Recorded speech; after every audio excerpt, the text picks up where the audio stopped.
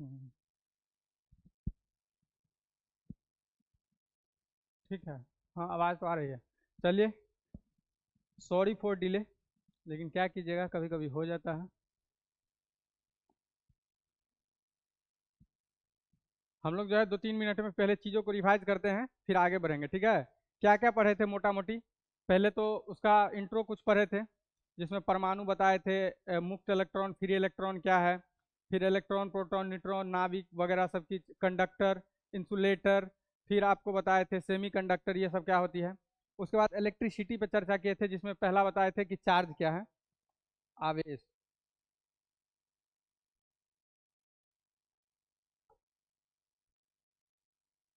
देखिए क्या क्या हम लोग पढ़ लिए हैं, थोड़ा इस पे रिवाइज कर लेते हैं उसको। आवेश, आवेश को क्या कहा जाता है? चार्ज। अच्छा, चार्ज क्या है बताए थे कि किसी भी वस्तु का वो एक गुण होता है जो किसी वस्तु को आकर्षित या प्रतिकर्षित करे, ठीक है। और इसको क्यू से सूचित किया जाता है, और क्यू का इसका होता है क्यू बराबर एन ई। अगर किसी वस्तु का आपको आवेश निकालना हो तो क्यू बराबर एन ई से आप निकाल सकते हैं। ई बराबर होता है इलेक्ट्रॉन का जो होता है चार्ज, वो इलेक्ट्रॉन, और एन बराबर होता है नंबर ऑफ इलेक्ट्रॉन, ठीक है। यहीं पे आवेश में ही एक नियम दिए थे एक साइंटिस्ट जिसका नाम है कुलम्ब, ठीक है। कुलम्ब लॉ कभी कभी पूछ देता है कि कुलम्ब लॉ क्या है, कुलम्ब लॉ भी बता देंगे। तो चार्ज, आकर्षण या प्रतिकर्षण किसी वस्तु का वो गुण, ठीक है, उसका फॉर्मूला बताए थे क्यू बराबर एन ई से आप चार्ज निकाल सकते हैं, ठीक है। इस ब्रह्मांड में स्वतंत्र अवस्था में सबसे न्यूनतम जो चार्ज होता है किसका होता है? इलेक्ट्रॉन का होता है, ठीक है। इसीलिए जब भी किसी चीज का हम चार्ज निकालेंगे तो उसके रिस्पेक्ट में निकाला जाता है, उसके गुना में निकाला जाता है, ठीक है।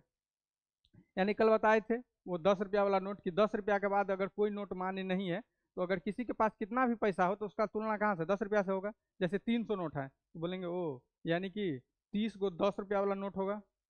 मतलब उसी प्रकार इलेक्ट्रॉन का आवेश है इस ब्रह्मांड में, स्वतंत्र अवस्था में सबसे न्यूनतम उसी का है। तो अगर किसी वस्तु का हमको आवेश पता करना होता है तो उसी के गुणक में हम लोग ज्ञात करते हैं कि इसका इतना गुना है, इतना गुना है, तो आवेश खत्म हो गया। फिर आपको बताए थे इलेक्ट्रिक पोटेंशियल, विभव, ठीक है। तो इलेक्ट्रिक फील्ड, पोटेंशियल, विभव। अब विभव क्या होता है बताए थे, देखिए दो चीज बताए थे, एक बताए थे मैग्नेटिक फील्ड जिसको कहा जाता है चुंबकीय क्षेत्र, और दूसरा बताए थे इलेक्ट्रिक फील्ड। मैग्नेटिक फील्ड क्या होता है बताए थे कि चुंबक या चुंबक का वो समूह जहां तक वो अपने आप को आकर्षण या प्रतिकर्षण का अनुभव करे, तो मैग्नेटिक फील्ड हो जाएगा। जैसे आप यहाँ पे चुंबक रखे हैं और घर में कोई चुंबक रखे होंगे, तो यहाँ से वहाँ आकर्षित या प्रतिकर्षित करेगा नहीं। एक रेंज तक ही आकर्षण या प्रतिकर्षण का वो अनुभव करता है, तो वो रेंज जहाँ पे चुंबक या लौह पदार्थ एक दूसरे का, वो चुंबकीय क्षेत्र। विद्युत क्षेत्र का बात होगा, इलेक्ट्रिक फील्ड का बात होगा, तो जब दो आवेश उस क्षेत्र तक जहां तक अपने आप को आकर्षण या प्रतिकर्षण का अनुभव करे तो उसको बोलेंगे विद्युत क्षेत्र, मतलब जहां तक विद्युत क्षेत्र बने। विभव बताए थे कि जैसे कि कोई, जैसे जैसे कि ये कोई क्यू आवेश है, ये इलेक्ट्रिक फील्ड के अंदर है, इलेक्ट्रिक फील्ड के अंदर है, अनंत है यहाँ, अनंत पे कोई आवेश है, ये टेस्टिंग आवेश है क्यू।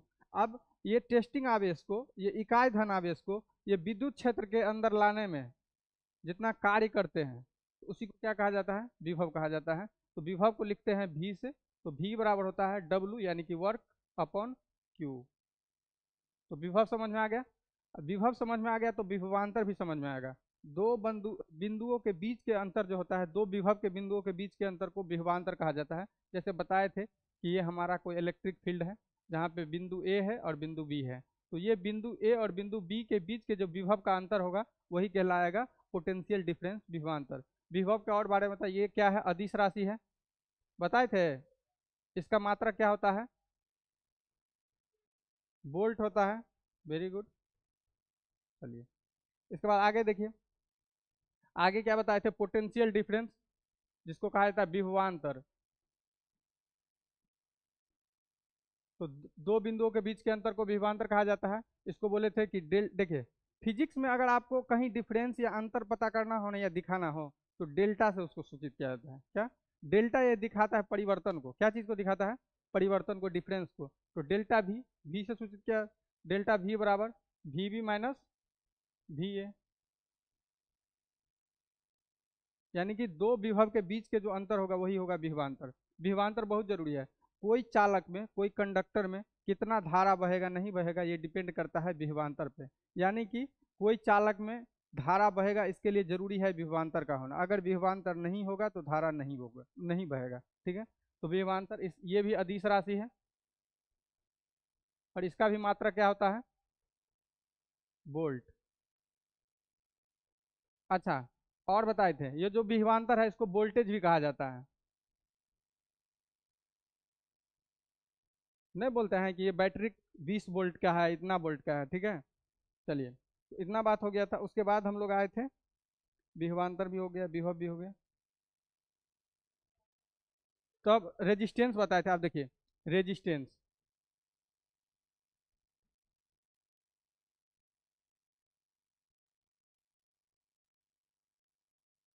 रेजिस्टेंस जिसको कहा जाता है प्रतिरोध। देखिए, प्रतिरोध क्या होता है? जैसे कि किसी चालक से धारा बह रहा है, तो प्रतिरोध का मतलब कि कितना विरोध हो रहा है उस धारा का। ठीक है, तो अपने से प्रवाहित धारा का कितना विरोध होना, यही कहलाता है प्रतिरोध। ठीक है, अपना भाषा में। अब प्रतिरोध जो होता है जिसको आर से सूचित करते हैं, वो समानुपाती होता है एल के। एल फोर लेंथ, लंबाई। यानी कि यहाँ पे तार का लंबाई कुछ भी ले सकते हैं, कंडक्टर जो भी होगा। तो फिर होगा कि जो आर होता है, यही आर उस व्युत्क्रमानुपाती होता है 1/a का, यानी कि क्षेत्रफल का। ये कौन क्षेत्रफल है? अनुप्रस्थ काट का क्षेत्रफल। जैसे ये कोई तार होता है ना, देखेगा तार, तो बीच में देखेगा तार निकला रहता है, ऊपर से कवरिंग रहता है। तो देखिए, ई जो एरिया होता है यही होता है क्रॉस सेक्शन एरिया, जिसको कहा जाता है अनुप्रस्थ काट का क्षेत्रफल। ठीक है, और आर वाला क्वेश्चन आ के त्रिज्या आधी कर दिया जाए, दुगुनी कर दी जाए, तो यहीं से होगा। क्योंकि ये एक वृत्त है, तो इसका क्षेत्रफल क्या लेंगे? पाई आर स्क्वायर। ठीक है, तो अगर त्रिज्या दुगुनी कर दे, कुछ भी कर दे, तो यहाँ से क्वेश्चन बनेगा। ठीक है, उसी को हम लोग क्या करते हैं, एक अच्छे से इसको समेट के लिखते हैं, आर समानुपाती एल अपॉन ए। यही होता है प्रतिरोध। ठीक है, अब इसको क्या करते हैं, ये समानुपाती के चिन्ह को हटाने के लिए यहाँ पे रो का प्रयोग होता है, रो एल अपॉन ए। अब देखिए, एल बताए थे, एल क्या है? एल लंबाई है। ए क्या है? क्षेत्रफल।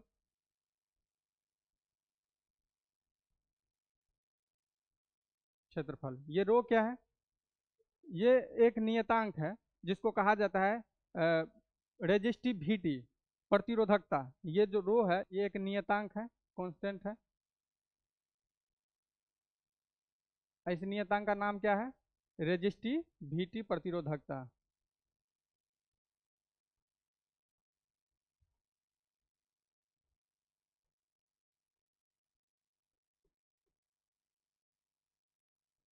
प्रतिरोधकता। ठीक है, प्रतिरोध का मात्रक क्या होता है? ओम। क्या होता है प्रतिरोध का मात्रक? ओम। आप देखिए, यहीं से बताए थे, अगर किसी भी, देखिए किसी भी, कोई भी कंडक्टर है, कोई भी चालक है या कोई तार है, अगर इसका लेंथ बढ़ेगा, लंबाई बढ़ेगा, जैसे देखिए, देखिए बराबर बराबर में अगर कोई चीज है, जैसे कि आई बराबर आर है, यानी कि आर बढ़ेगा तो आई भी बढ़ेगा, ये घटेगा तो ये भी घटेगा। लेकिन अगर व्युत्क्रमानुपाती होता है तो उल्टा रिलेशन होता है। देखिए यहाँ पे हमारा आर का सीधा सीधा संबंध है एल से, यानी कि एल जितना बढ़ेगा आर उतना ही बढ़ेगा। इसीलिए जो लंबा तार होता है उसका प्रतिरोध ज्यादा होता है। ठीक है, तो लंबा और पतला तार का प्रतिरोध ज्यादा होता है। छोटा, जैसे देखिएगा जितना तार को छोटा कीजिएगा तो प्रतिरोध भी कम होगा, यानी कि अपने से जो प्रवाहित धारा है उसका कम विरोध होगा। ठीक है, फिर जो मोटा तार होगा उसका भी प्रतिरोध, क्योंकि उसका एरिया क्या हो जाएगा? ज्यादा हो जाएगा, तो रेजिस्टेंस क्या हो जाएगा? कम हो जाएगा। उल्टा रिलेशन होता है। ये जो रेजिस्टिविटी होता है, प्रतिरोधकता होता है, ये पदार्थ की प्रकृति को दिखाता है कि पदार्थ क्या चीज से बना हुआ है। जैसे कि तार कॉपर का भी होता है, एल्यूमिनियम का भी होता है, चांदी का भी होता है। ठीक है, तो ये दिखाता है कि चांदी, कॉपर, एल्यूमिनियम किस में धारा का प्रतिरोध कितना है, नहीं है। तो ये प्रतिरोधकता दिखाता है। ठीक है, तो देखिए, आप यहाँ से प्रतिरोधकता का फॉर्मूला भी निकाल सकते हैं। जैसे देखिए, यहाँ फॉर्मूला आर बराबर क्या था? रो एल अपॉन ए। और रो को हम क्या सूचित किए हैं?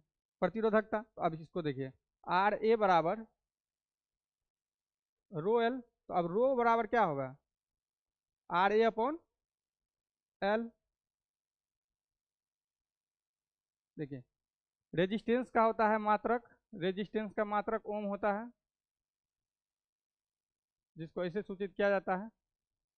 प्रतिरोधकता मात्रक होता है ओम मीटर, क्या होता है, तो याद रखिएगा ओम मीटर, ठीक है, ओम मीटर। एक और क्वेश्चन इसमें पूछ लिया जाता है कि प्रतिरोध और प्रतिरोधकता कब बराबर हो जाएगा। तो अगर कोई भी तार है, उसका लंबाई आप 1 मीटर लीजिएगा और उसका क्षेत्रफल 1 मीटर स्क्वायर लीजिएगा, तो आपका आर और ये जो रो है ये बराबर हो जाएगा। ठीक है, कैसे, देखिए अगर कोई तार है, यहाँ पे ये फॉर्मूला है हमारा, ये फॉर्मूला है आर बराबर रो एल बाय ए। अब हम क्या किए कि आपको सिद्ध करना है कि सर बताइए कि कोई भी ऐसा तो परिस्थिति होगा जिसमें आपका रेजिस्टेंस यानी कि प्रतिरोध और प्रतिरोधकता दोनों बराबर हो सकते हैं, जरूर हो सकता है। अगर हम कोई तार है उसका सिर्फ 1 मीटर लंबाई लेंगे, तार कितना लेंगे, लेंथ बराबर लेंगे 1 मीटर, 1 मीटर, और क्षेत्रफल जब भी लेंगे तो वर्ग मीटर में होता है। तो क्षेत्रफल अगर उस तार का लेंगे 1 मीटर स्क्वायर,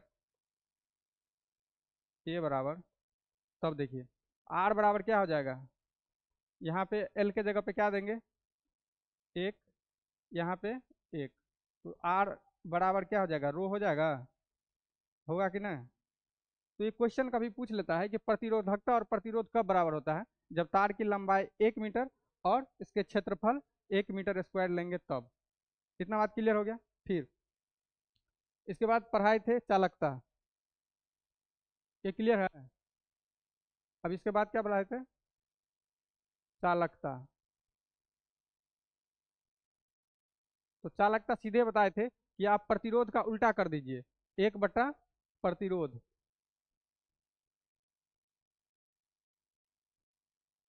तो यही आपका हो जाता है चालकता।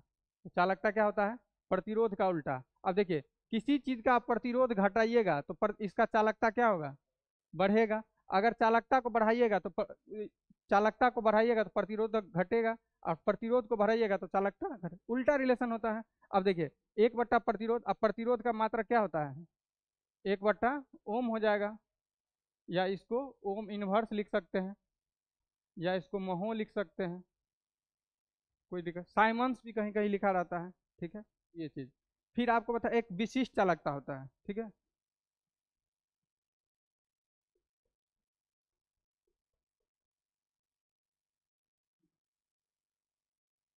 विशिष्ट चालकता। विशिष्ट चालक देखिए, अगर प्रतिरोध को उल्टा करते हैं तो चालकता निकलता है, और प्रतिरोधकता को उल्टा करते हैं तो विशिष्ट चालकता निकलता है। तो 1/प्रतिरोधकता,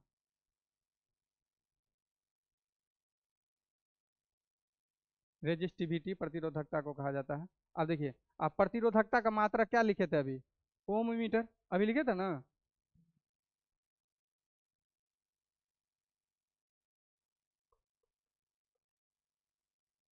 ठीक है, अब इसको अपना देखिए, 1/ओम का मात्रक यहाँ क्या आया, महो आया है या ओम इनवर्स आया है, तो महो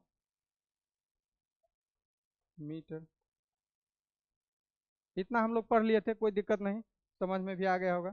अब देखिए, अब क्वेश्चन आपको जो जहां फंसाएगा पूछ लेगा कि प्रतिरोध पे ताप का प्रभाव, temperature effect on resistance temperature पे, तो सीधा सीधा सा मतलब रखना है कि देखिए ताप लिख लेंगे, एक साइड लिखेंगे धातु जिसको बोलते हैं ऐसे लिखिए,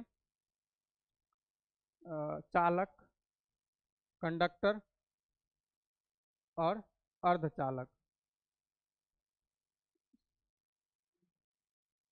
आप देखिए क्वेश्चन कैसे पूछ लेता है कि अगर अगर ताप बढ़ाएंगे तो चालक का प्रतिरोध क्या होगा। देखिए ताप को बढ़ाने घटाने का जो संबंध होगा सीधा सीधा इफेक्ट करेगा चालक पे। ठीक है, देखिए अगर ताप बढ़ाएंगे तो चालक का प्रतिरोध क्या हो जाएगा, बढ़ जाएगा। लेकिन अर्धचालक में उल्टा हो जाता है, जब ताप को बढ़ाएंगे तो चालक अर्धचालक का प्रतिरोध क्या हो जाएगा, घट जाएगा।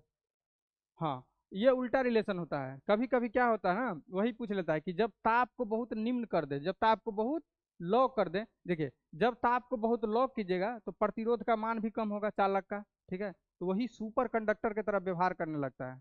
ठीक है, तो आप पूछे तो सुपर कंडक्टर का बहुत जगह, हाइपर लूप में, एमआरआई मशीन जो होता है उसमें, चिकित्सा बहुत सारा चिकित्सा का जो यंत्र होता है उसमें सुपर।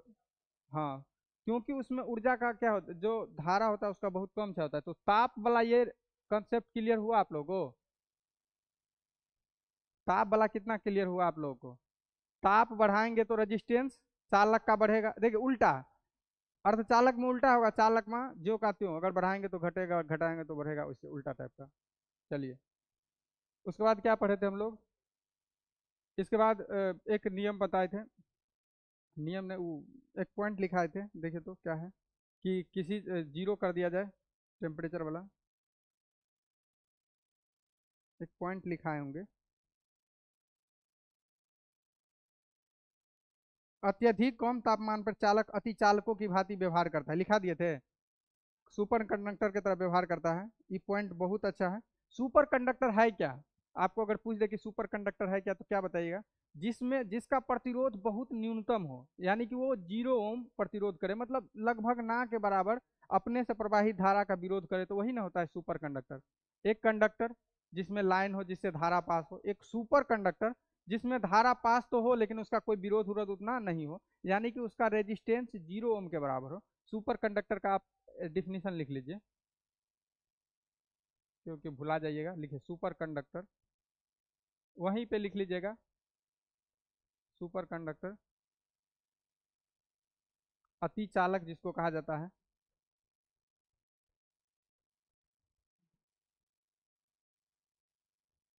लिखिए अति चालक लिख लीजिए, ताकि लिखिए अति चालक वह चालक है, शायद ऑनलाइन नहीं है ना, कोई एसेस लिया हुआ है तो देखो तो, है लाइव की नहीं, क्लास लाइव नहीं है ना। लिखिए अति चालक वह चालक है जो कम से कम प्रतिरोध प्रदान करे, यानी कि लगभग 0 ओम।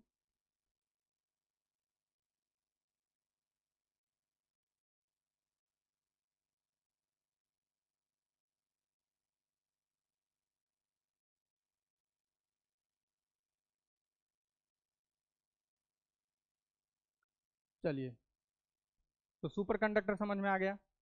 चलिए, अच्छा एक बात आप लोगों को पूछ दिया जाए कि देखिए, अगर ताप को जो है ना बहुत ज्यादा बढ़ा दें हम, ताप को बहुत क्या करेंगे, बहुत ज्यादा बढ़ा देंगे, तो अर्धचालक पे क्या होगा, अर्धचालक के प्रतिरोध क्या होगा? अगर देखिए ताप को यहाँ पे हम बहुत ज्यादा बढ़ा देंगे तो अर्धचालक का जो प्रतिरोध होगा बहुत कम हो जाएगा। अगर देखिए, अगर यहाँ पे ताप को और बहुत कम करेंगे, ताप को यहाँ पे बहुत ज्यादा कम कर देंगे, तो चालक वाला पढ़ लिए सुपर। अर्धचालक पे क्या होगा? देखिए ताप को अगर देखिए यहाँ पे गौर से सुनिएगा, ताप को यहाँ पे बहुत लॉक किए, बहुत लॉक किए, तो अर्धचालक का प्रतिरोध क्या होगा, बढ़ेगा ना, बहुत ज्यादा बढ़ जाएगा। अब बहुत ज्यादा बढ़ेगा तो उससे अर्धचालक से जो भी करंट पास होगा उसको पास नहीं होने देगा, तो ये कुचालक के भांति व्यवहार करने लगता है, उससे करंट ही नहीं पास होगा। समझे? यहाँ पे देखिए, जब ताप को आप बहुत ज्यादा बढ़ा दीजिएगा, देखिए जब ताप को यहाँ पे बढ़ाइएगा तो यहाँ पे उल्टा रिलेशन होता है। अर्ध जब ताप को बढ़ाइएगा तो अर्धचालक का जो प्रतिरोध है क्या होगा, घटेगा ना, उल्टा होता है। लेकिन जब ताप बहुत लो कर दीजिएगा तो इसका प्रतिरोध बहुत बढ़ेगा, लेकिन इतना बढ़ जाएगा कि ये कुचालक की भांति व्यवहार करने लगेगा। तो लिखिए,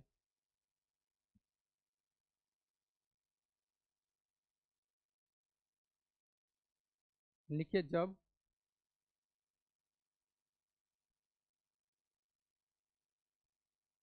ताप को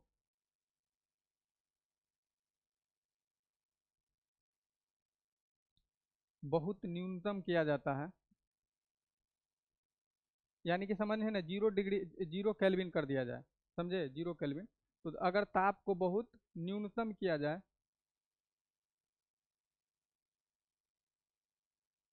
तब लिखेगा, तब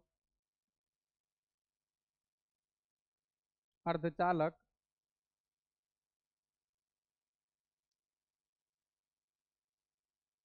कुचालक की भांति व्यवहार करेगा। क्यों व्यवहार करेगा? जब ताप को आप न्यूनतम कीजिएगा तो अर्धचालक का प्रतिरोध क्या होगा? बढ़ेगा। इतना बढ़ जाएगा प्रतिरोध कि धारा को जाने ही नहीं देगा। चलिए, अब ओम्स लॉ, ओम का नियम। देखिए, ओम का नियम सीधा सीधा मतलब है, ज़्यादा दिमाग उमाग नहीं लगाना है। ओम भाई साहब क्या बोले कि अगर आप कोई परिपथ है, जैसे यहाँ पे कोई आर रेजिस्टेंस वाला एक तार ले लिए, ठीक है, ये आर रेजिस्टेंस का क्या है? तार है। इस तार में क्या करेंगे तो एक बैटरी जोड़ देंगे।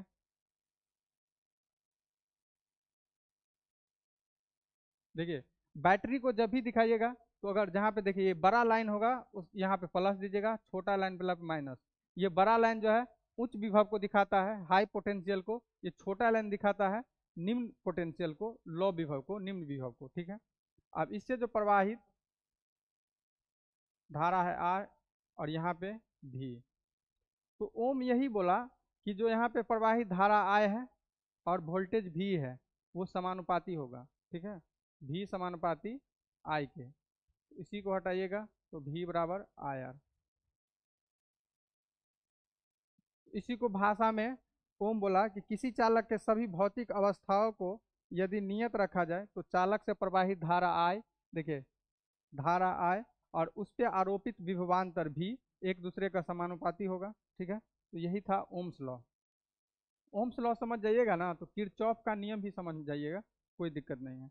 अब देखिए, भौतिक अवस्था में क्या क्या चीज आएगा? लंबाई आ जाएगा, लेंथ आ जाएगा, अनुप्रस्थ काट का क्षेत्रफल आ जाएगा, तो ये सब भौतिक अवस्था में आ जाएगा। ताप आ जाएगा। पूछता है कि ओम्स के लॉ में क्या चीज नियत रहता है, ठीक है, फंसा देगा। ओम्स लॉ में क्या क्या चीज नियत रहता है, कांस्टेंट रहता है? देखिए, तो लंबाई, तापमान और अनुप्रस्थ काट का क्षेत्रफल।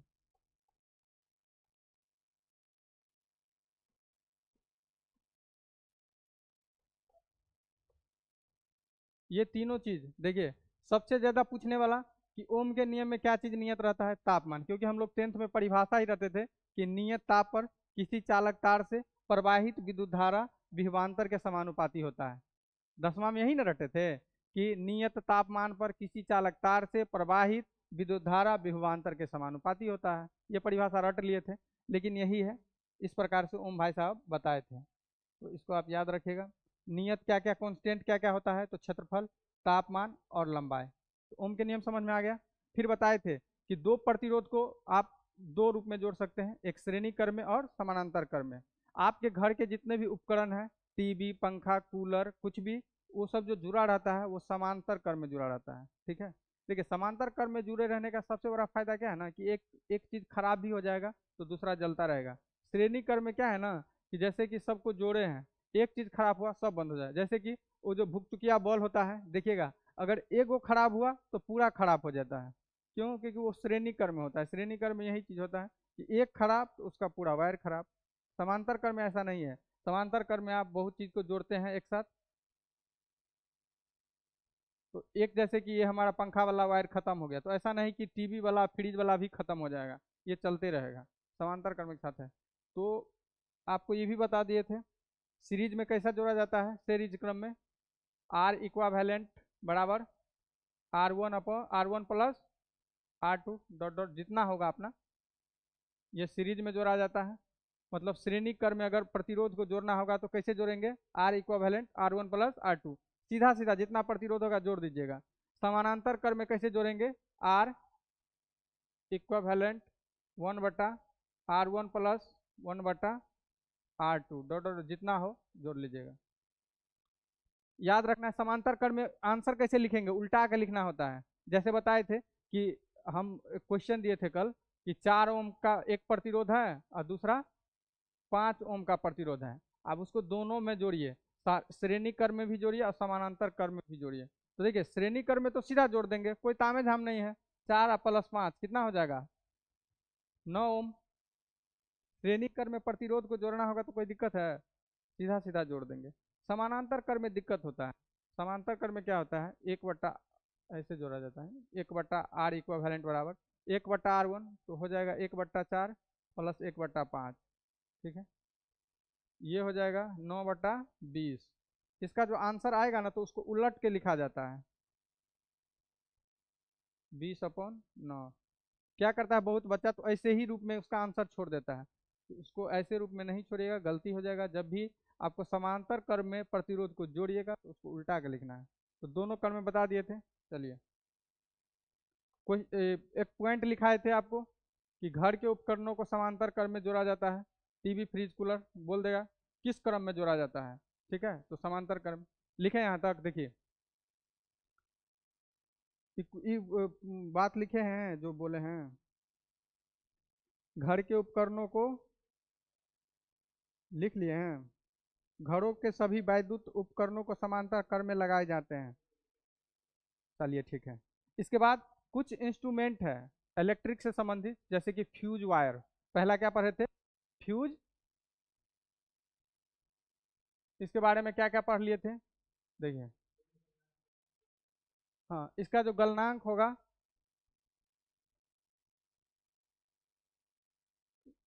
निम्न हो जाएगा, प्रतिरोध उच्च। अच्छा, ये जो फ्यूज वायर होता है, फ्यूज वो क्या चीज से बना होता है पूछ लेता है, तो शीशा और टीन का। शीशा प्लस,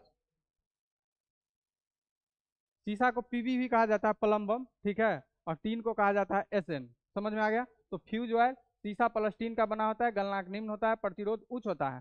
ठीक है, अब पूछ लेगा ये जो है फ्यूज वायर, वो किस क्रम में जोड़ा जाता है। तो घर के उपकरणों को समांतर क्रम में जोड़ते हैं, इसको जोड़ देते हैं श्रेणी क्रम में।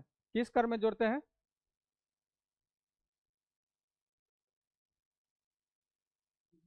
देखिए फ्यूज वायर जो है ना, जूल के उष्मीय नियम का पे काम करता है। तो ये क्वेश्चन पूछता है, जैसे जूल का उष्मीय नियम क्या था अपना भाषा में, जैसे कोई तार है, उससे आप करंट पास करवाइएगा तो तार क्या हो जाएगा, गर्म हो जाएगा। जैसे कि हीटर, हीटर या जो वो क्या बनाते हैं वो, आयरन, आयरन में भी क्या होता है, वो तार क्या हो जाता है, अगर विद्युत को फ्लो करवाते हैं तो तार गर्म हो जाता है ना। तो वही बताए थे जूल, कि अगर कोई तार है या कोई चालक है, उससे अगर धारा को पास करवाएंगे तो वो गर्म हो जाएगा। तो वही बताए थे, यही उसी को कहा जाता है जूल का औष्मीय नियम। ये बात कौन नहीं जानता है, उसी को बोल दिया जूल का औष्मीय नियम। तो ये जो है फ्यूज वायर, ये जूल के उष्मीय नियम को पालन करता है। जूल के उष्मीय नियम पर आधारित है, इसको याद रखें। तो फ्यूज वायर वाला जितना भी क्वेश्चन था, इससे ज्यादा नहीं आएगा। फिर नेक्स्ट, हीटर के बारे में पढ़े थे।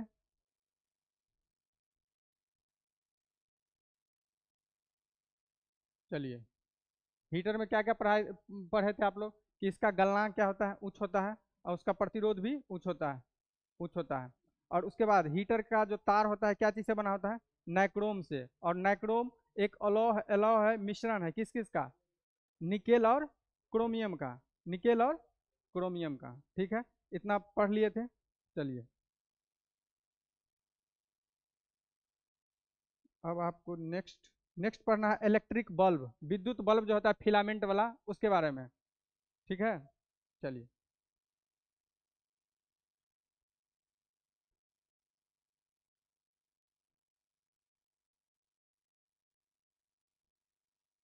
विद्युत बल्ब कौन कौन देखे हैं, सब आदमी देखे हैं। क्या हुआ,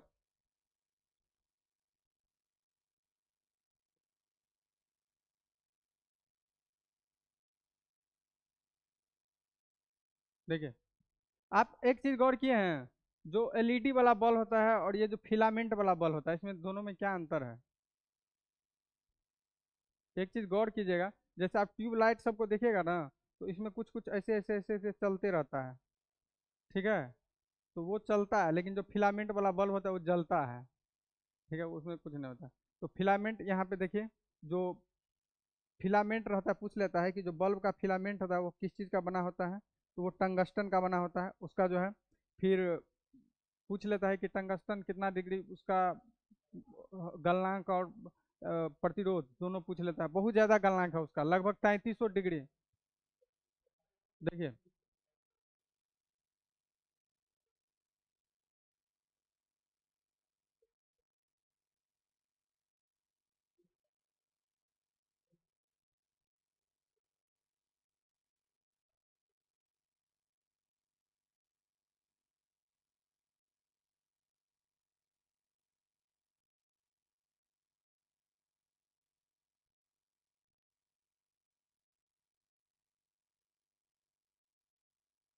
ठीक है, यही जो रहता है ये वाला, इसको कहा जाता है फिलामेंट। क्या कहा जाता है? फिलामेंट।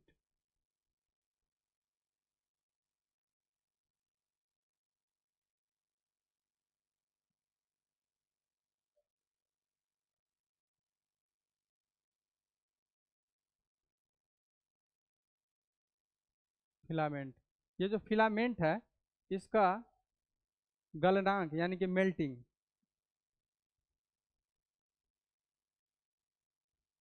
उच्च होता है, यानी कि हाई। और इसका प्रतिरोध भी क्या होता है? उच्च होता है। ठीक है, देखिए टंगस्टन जो ये किस चीज का बना, फिलामेंट किस चीज का बना होता है? टंगस्टन का। इसका गलनांक कितना होता है? 3300 डिग्री सेल्सियस से ज्यादा प्लस। 3422 भी कहीं लिखा रहता है, कहीं 3100 लिखा रहता है, कहीं 3300। आपको एवरेज आएगा, मार लीजिएगा। टंगस्टन देखिए, बल्ब के अंदर में जो है दो गैस का प्रयोग होता है अमूमन, एगो होता है नाइट्रोजन और आर्गन का।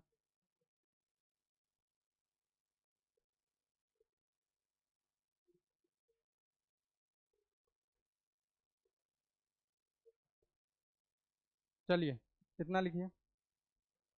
हाँ, ठीक है, आप इसके अप्रोक्स में, तो विद्युत बल्ब से इसका फिलामेंट टंगस्टन का बना होता है। फिलामेंट, फिलामेंट का जो होता है गलनांक वो भी ऊंच होता है, प्रतिरोध वो भी ऊंच होता है। बल्ब के अंदर जो है नाइट्रोजन और आर्गन गैस होता है। चलिए,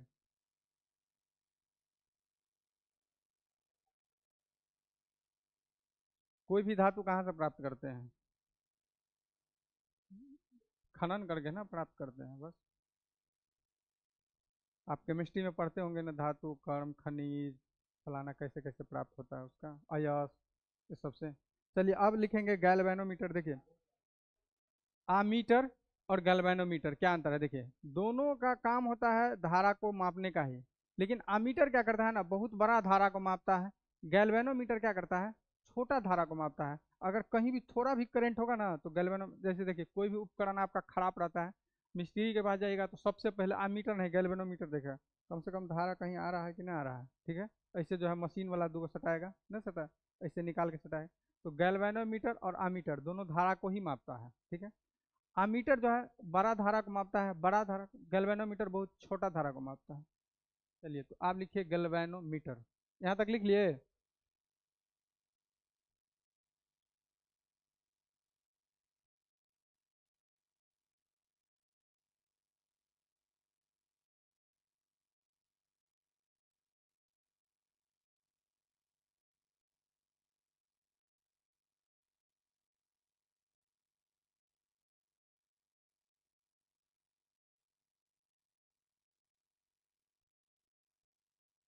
गैल्वेनोमीटर लिखिए।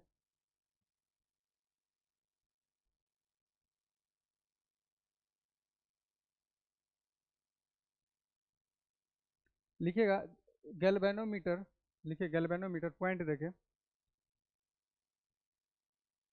दुर्बल धारा को मापना, यानी कि जो वीक होता है, दुर्बल धारा, कमजोर।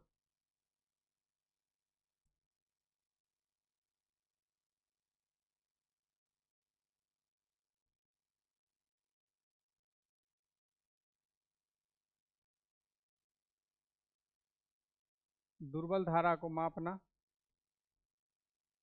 ठीक है, मतलब कम अगर करंट भी कहीं आ रहा है तो उसको गैल्वेनोमीटर के द्वारा मापा जा सकता है। दूसरा पॉइंट लिखिएगा कि यह एमीटर की अपेक्षा देखिएगा यह आमीटर से किसको मापते हैं? अमीटर और गैल्वेनोमीटर दोनों धारा को ही माप। यह अमीटर की अपेक्षा, देखिए यह अमीटर की अपेक्षा धारा के प्रति, गैल्वेनोमीटर में लिखेगा, यह दूसरा पॉइंट, यह अमीटर के अपेक्षा धारा के प्रति अधिक संवेदनशील होता है, सेंसिटिव होता है, इसीलिए जो है कम धारा को भी माप देता है। ठीक है।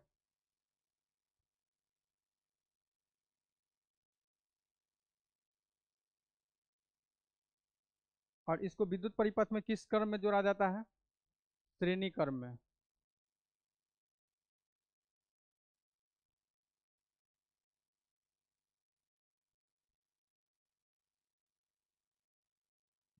समझ में आ गया? गैल्वेनोमीटर दुर्बल यानी कि बहुत कम धारा होगा उसको मापने के लिए गैल्वेनोमीटर। यह आमीटर की अपेक्षा बहुत संवेदनशील होता है, यानी कि जहाँ पे कम धारा को मापना होगा गैल्वेनोमीटर का यूज करेंगे।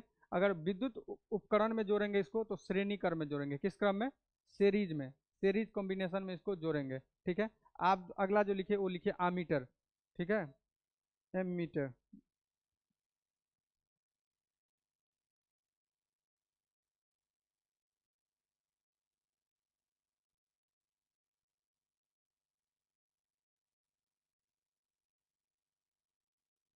देखिए इसमें लिखिए पॉइंट बना के लिखिएगा। ये दुर्बल गैल्वेनोमीटर क्या करता था? बहुत छोटा धारा को मापता था, जो वीक होता था उसको, ये लिखेगा कि यह प्रबल धारा को मापता है, स्ट्रोंग करंट को। पहला, ये क्या करता है? प्रबल धारा यानी कि स्ट्रोंग करंट को मापता है।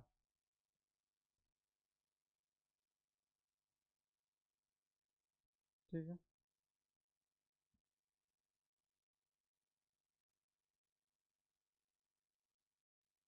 आमीटर को भी जो है किस क्रम में रखते हैं? श्रेणी क्रम में जोड़ते हैं।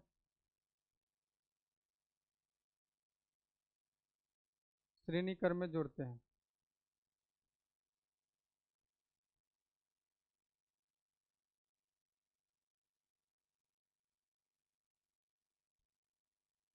देखिए आमीटर में जितना उसका रेजिस्टेंस कम होगा ना, ठीक है, उतना ही अच्छा होगा। आमीटर के लिए क्या है? रेजिस्टेंस लिखेगा। आमीटर के लिए लिखिए, आमीटर के लिए प्रतिरोध। तीसरा पॉइंट में लिखेगा आमीटर के लिए प्रतिरोध निम्न होना चाहिए, लो होना चाहिए।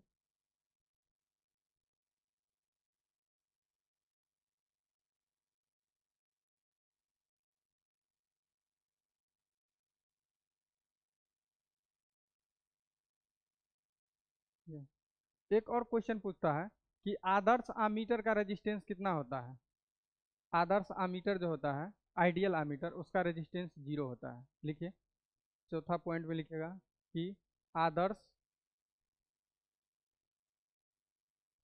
आमीटर, आदर्श आमीटर का प्रतिरोध 0 होता है।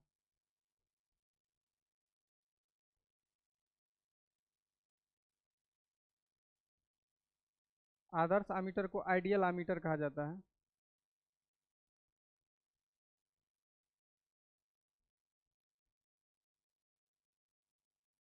ये क्वेश्चन बहुत पूछता है कि आदर्श आमीटर का प्रतिरोध कितना होना चाहिए? 0। ठीक है।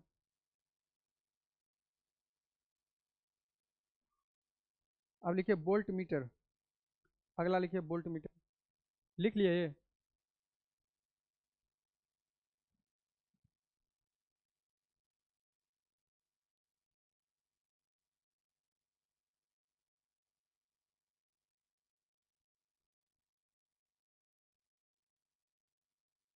वोल्ट मीटर क्या करता है? ये वोल्टेज को मापता है। लिखिए पहला पॉइंट में लिखेगा यह वोल्टेज को मापता है।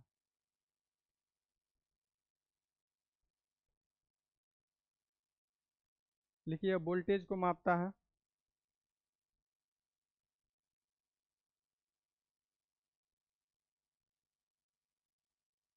और देखिए वोल्ट मीटर को जो है ना परिपथ में जो है समानांतर क्रम में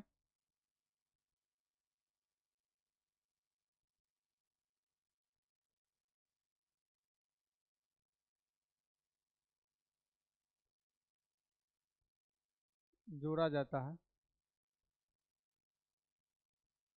ठीक है।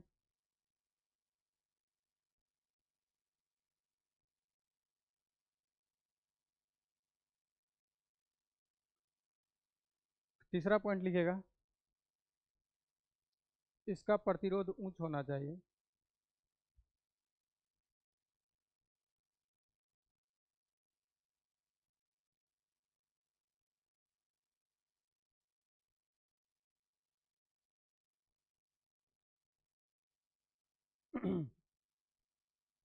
चौथा पॉइंट लिखिए, अब चौथा पॉइंट लिखेगा कि इस एक, जैसे कि आदर्श आमीटर पूछ दिया कि आदर्श आमीटर का रेजिस्टेंस कितना होना चाहिए, 0 होना चाहिए। जैसे कि वैसे ही क्वेश्चन पूछ दे, इसका यहाँ क्या देखे कि प्रतिरोध उच्च होना चाहिए, तो पूछ देगा कि आदर्श वोल्टमीटर का जो है रेजिस्टेंस कितना होना चाहिए प्रतिरोध, तो इन्फिनिटिव होना चाहिए, अनंत होना चाहिए। तो लिखिए आदर्श, आदर्श वोल्टमीटर, वोल्टमीटर का प्रतिरोध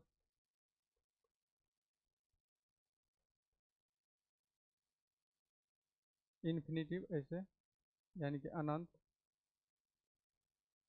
होना चाहिए।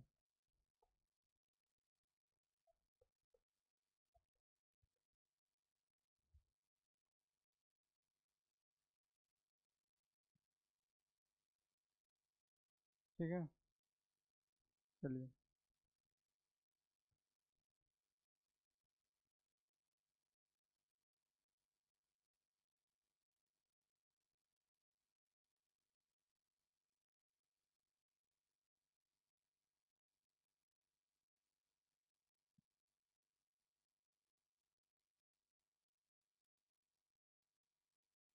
अब कुछ कुछ और यंत्र है, जैसे पूछ देता है कि रेक्टिफायर, रेक्टिफायर जो है जिसको कहा जाता है डिस्टकारी, ठीक है, वो क्या करता है एसी करंट को, अल्टरनेटिंग करंट को डीसी में बदल देता है। जैसे कि आप अपने लोग के घर में जो करंट यूज होता है वो कौन करंट रहता है, एसी रहता है। अल्टरनेटिंग करंट जो बैटरी से निकलता है वो रहता है डीसी। ठीक है, तो लिखिए डिस्टकारी जिसको कहा जाता है, लिखिए डीसी,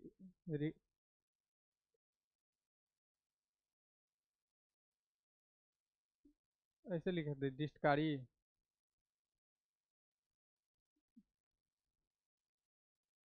रेक्टिफायर। लिखिए यह एसी को डीसी में बदलता है। एसी बराबर अल्टरनेटिंग करंट और डीसी बराबर डायरेक्ट करंट। अल्टरनेटिंग करंट कहाँ से आता है, ट्रांसफार्मर से जो करंट आता है वो कैसा करंट रहता है, एसी अल्टरनेटिंग करंट। अब बैटरी से जो करंट निकलता है सो डीसी।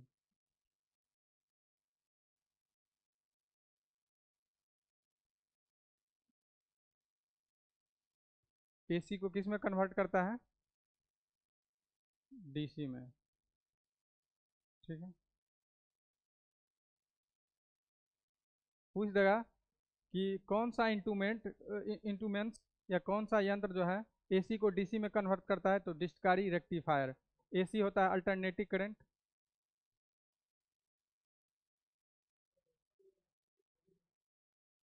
अल्टरनेटिंग करंट, क्या बोले, क्या चीज, क्या, जनित्र, जनरेट, अब जनरेट बताएंगे रुक। अब डीसी होता है डायरेक्ट करंट,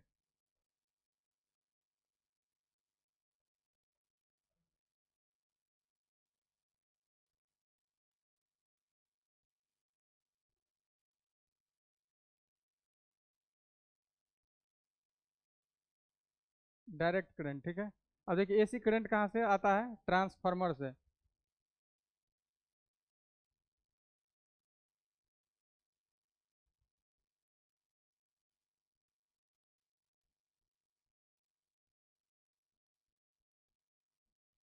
ट्रांसफार्मर से आपको एसी करंट मिलता है। डायरेक्ट करंट कहाँ से मिलता है, बैटरी से।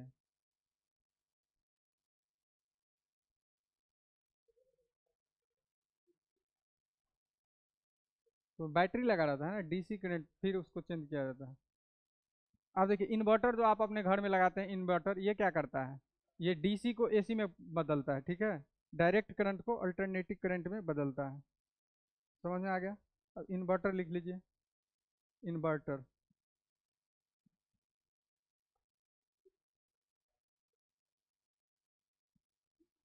इन्वर्टर न, इन्वर्टर लिख लीजिए। ये डीसी को क्या करता है, डीसी को एसी में बदलता है।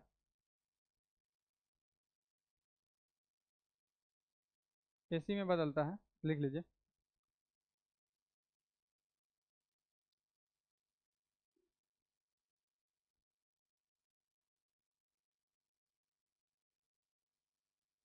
अब ट्रांसफार्मर जनरेटर।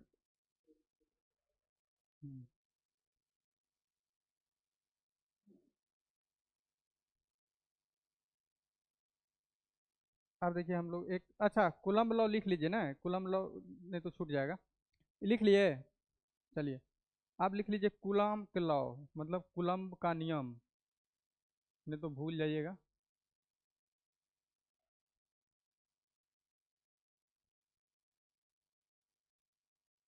कूलम्ब का नियम।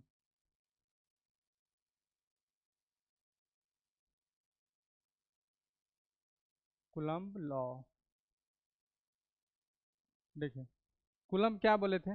देखिए अगर कोई आवेश Q1 यहाँ पे है और यहाँ पे कोई दूसरा आवेश Q2 है और इसके बीच का डिस्टेंस R है, ठीक है।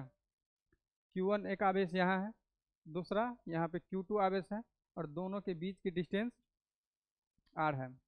तो कूलम्ब भाई साहब बोले ये जो Q1 और Q2 है, यानी कि दो आवेश है, वो बल के जो है समानुपाती होता है। Q1 into Q2। पहला बात क्या बोला, ये जो दो आवेश है Q1 Q2, इसका गुना, मतलब कि इसका गुणनफल जो होगा यहाँ पे बल के समानुपाती होगा। दूसरा क्या बोला कि जो दूरी है उसके वर्ग का, वर्ग के व्युत्क्रमानुपाती होगा, ठीक है। अब इसी को आप अच्छा से लिख लीजिए। F समानुपाती Q1 इंटू Q2 बट्टा R², ठीक है। यही है कूलम्ब लॉ। आप इसको हटाइएगा तो F बराबर हो जाएगा K Q1 Q2 बट्टा R²। तो कूलम्ब नियम यही है कि दो आवेश के बीच लगने वाला, दो आवेश के बीच, देखिए दोनों आवेश का गुणनफल और उसके दूरी के वर्ग के व्युत्क्रमानुपाती, यही है कूलम्ब लॉ।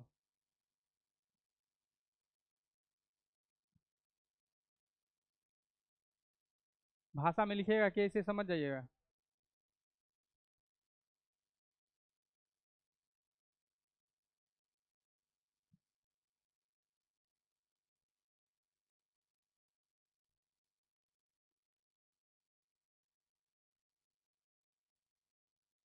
लिखिए कूलम्ब के नियम के अनुसार,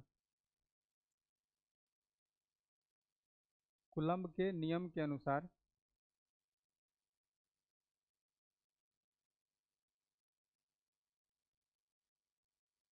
दो आवेशों के बीच,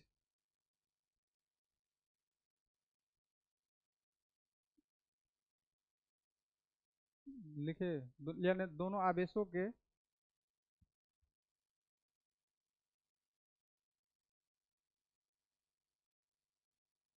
दो आवेशों के बीच लगने वाला बल,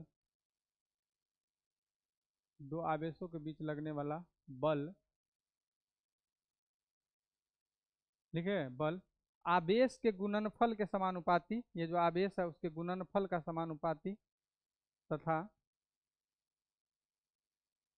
आवेशों के गुणनफल के समानुपाती, तथा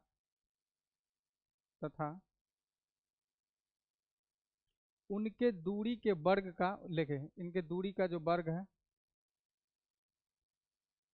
इनके दूरी के वर्ग का व्युत्क्रमानुपाती होता है।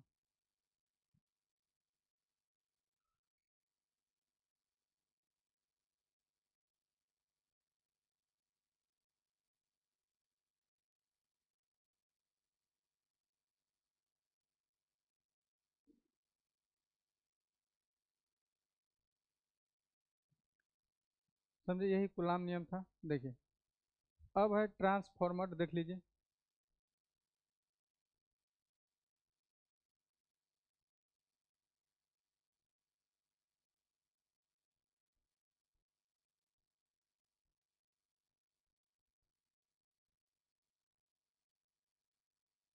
देखिए ट्रांसफार्मर क्या करता है, एसी करंट को एसी में बदलता है।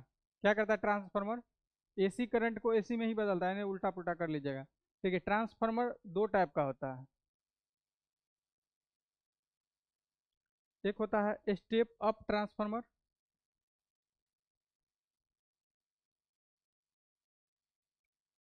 एक होता है स्टेप डाउन।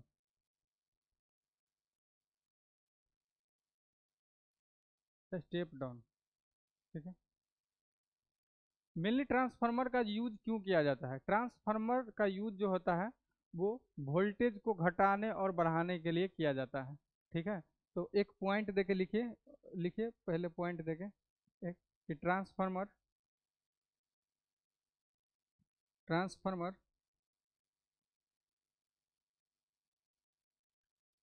ऊर्जा के संरक्षण,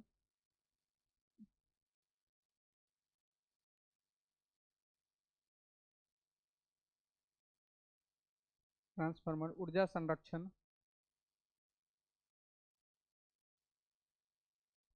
और लिखिएगा और अन्योन, अन्योन, अन्योन प्रेरण,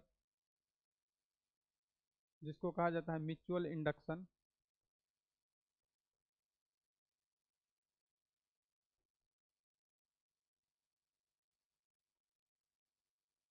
अन्योन प्रेरण म्यूचुअल इंडक्शन, या लिखिएगा या फैराडे के नियम पे आधारित है, के नियम के सिद्धांत पर कार्य करता है।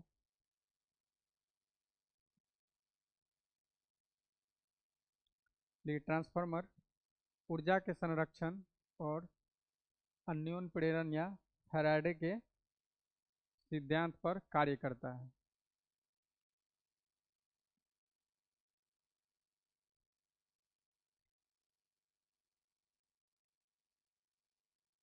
ठीक है, स्टेप अप ट्रांसफार्मर क्या करता है, ये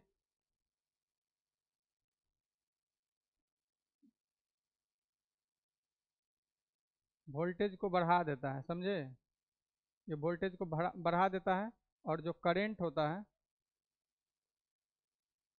वो करंट को घटा देता है, ठीक है। फिर स्टेप डाउन जो ट्रांसफार्मर होता है वो क्या करता है, वोल्टेज को, वोल्टेज को घटा देता है और करंट को बढ़ा देता है। अच्छा एक बात बताइए, अपने लोग का जो ट्रांसफार्मर लगा रहता है तो वो स्टेप अप ट्रांसफार्मर रहता है या स्टेप डाउन ट्रांसफर रहता है,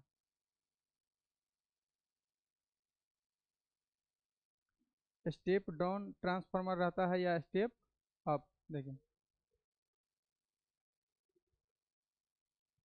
स्टेप डाउन को हिंदी में कहा जाता है ऊंचाई, और इसका होता है अपचाई, इसको ऊंचाई कहा जाता है, ऊंचाई। हालांकि स्टेप डाउन स्टेप अप याद रखेगा, इसका होता है अपचाई। देखिए जहाँ पे बिजली बनता है, ठीक है, वहाँ भी ट्रांसफार्मर यूज होता है। तो जहाँ पे बिजली बनता है वहाँ पे स्टेप अप ट्रांसफार्मर रहता है, क्योंकि वोल्टेज को बढ़ा देता है, करंट को कम कर देता है। लेकिन हम लोग को यूज में जो आता है वो रहता है स्टेप डाउन। अब देखिए 11,000 वोल्टेज आता है ना, बोलता है 11,000 वोल्टेज आता है, तो वोल्टेज को क्या करता है यहाँ पे घटा देता है। अब 11, वहाँ पे वोल्टेज को क्या करता है घटा देता है, और करंट हम लोग को बढ़ा, क्योंकि करंट का यूज, करंट बढ़ा देता है।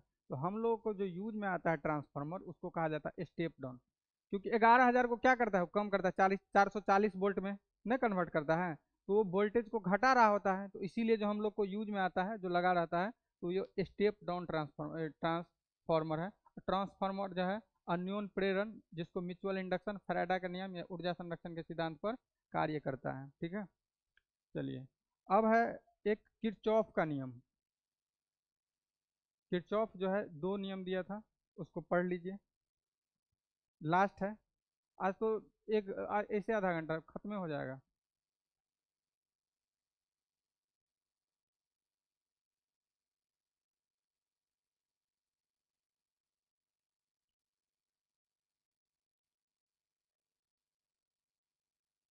2 गुण।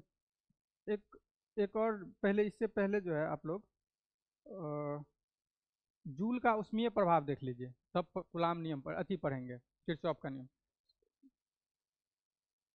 मात्र 10 मिनट का है, 10 मिनट में दोनों खत्म। जूल का उष्मीय प्रभाव और किरचॉफ का नियम दोनों लिखिए। जूल का उष्मीय प्रभाव,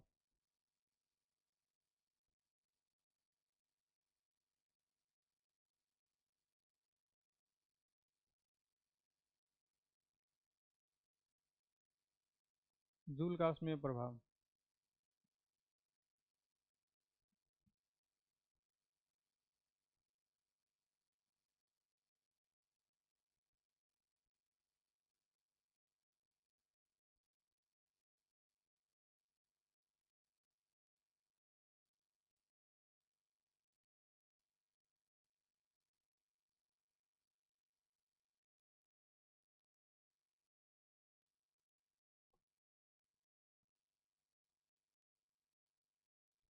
देखिए, जूल यही दिया था, H बराबर I² RT। अब बोलिएगा सर ये क्या है।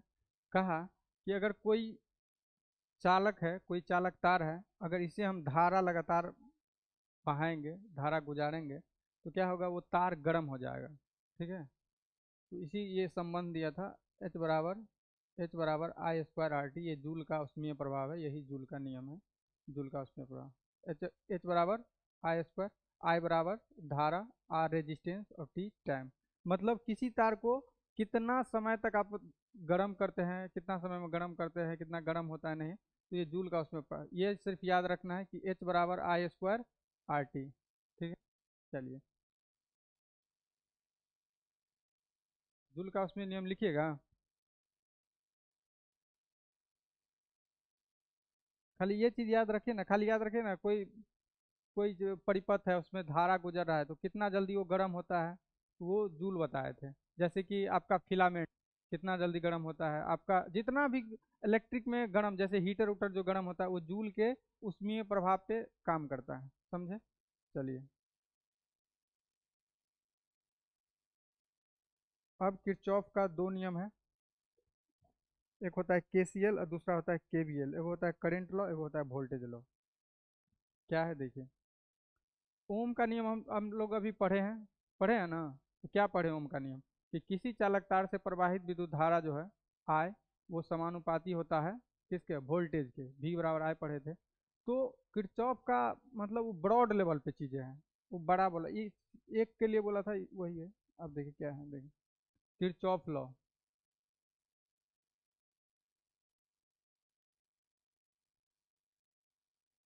किरचॉफ नियम। देखिए इसमें बहुत क्वेश्चन है, इसीलिए इसको आप लोग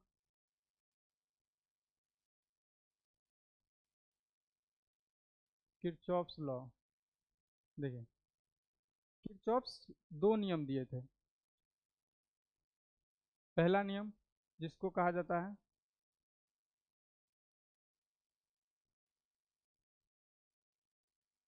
पहला नियम जिसको KCL कहा जाता है, KCL, ये करेंट लॉ होता है।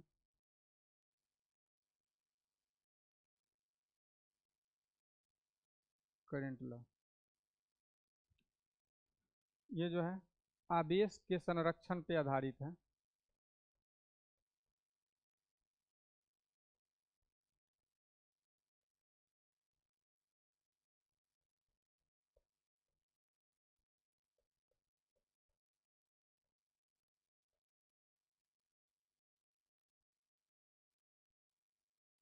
देखिए किरचॉफ क्या बोले कि अगर कोई जंक्शन है, यहाँ पे कोई अगर जंक्शन है, ठीक है, तो इससे जितना भी धारा आएगा, जैसे देखिए पे I1 धारा आया, I1, फिर यहाँ पे I2 आया, यहाँ पे I3 धारा आया।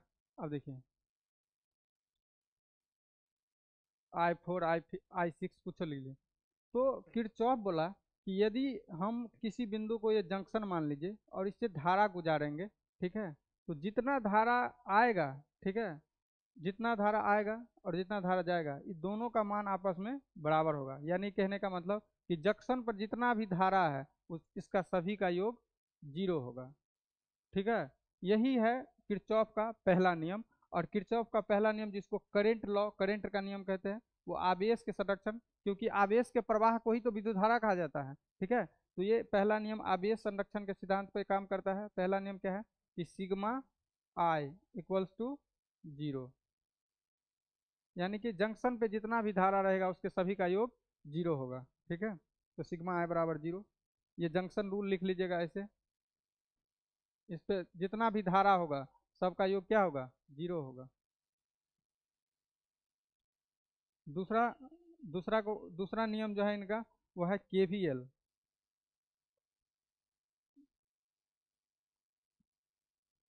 इसका दूसरा नियम है जिसको कहा जाता है केवीएल, जिसको कहा जाता है वोल्टेज लॉ।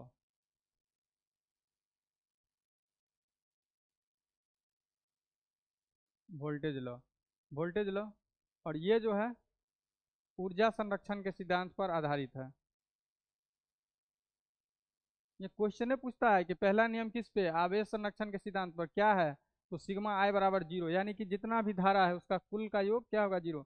मतलब जितना भी धारा आएगा उसका मान और जितना धारा जाएगा वो सब आपस में क्या होगा, बराबर होगा।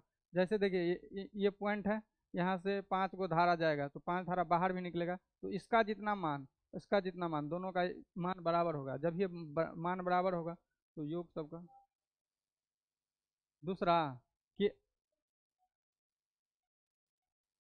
सिग्मा आई बराबर 0 है, सिग्मा आई बराबर 0, ऐसे ऐसे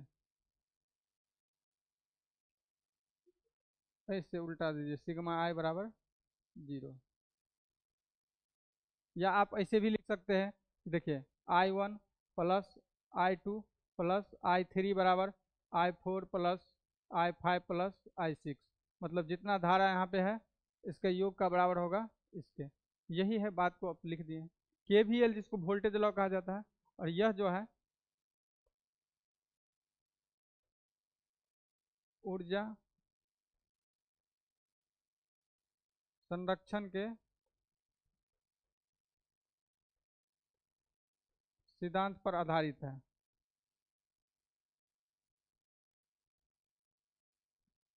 अब देखिए इसका क्या है,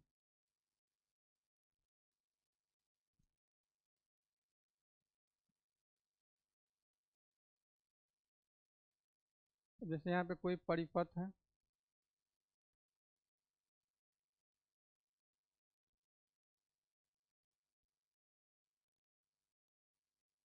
देखिए ये R1 प्रतिरोध है, ये R2 प्रतिरोध है। अब देखिए यहाँ कोई बैटरी लगा हुआ है,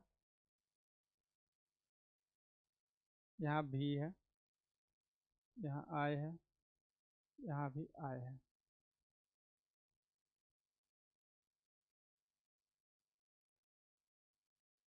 ठीक है, याद कीजिए ओम, ओम भाई साहब क्या बोले थे, V बराबर IR, लेकिन वो एक छोटा परिपथ के लिए बताए थे। किरचॉफ बोला कि ये चीज बड़ा परिपथ पे भी लागू होता है। ठीक है, बस आप क्या कीजिए, धारा को और वोल्टेज को गुना करते जाइए, धारा को, ठीक है,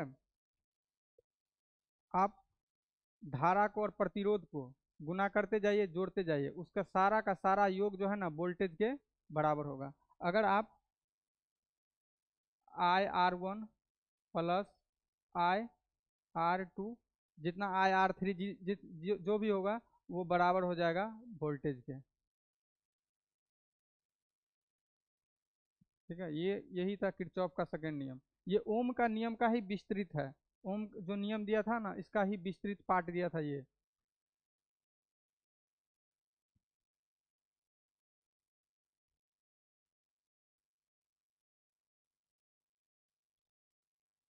अगर कुछ नहीं याद रहे, खाली 2 पॉइंट याद रखना है कि किरचॉफ का पहला नियम आवेश के संरक्षण पर आधारित है और किरचॉफ का दूसरा नियम ऊर्जा के संरक्षण पर आधारित है।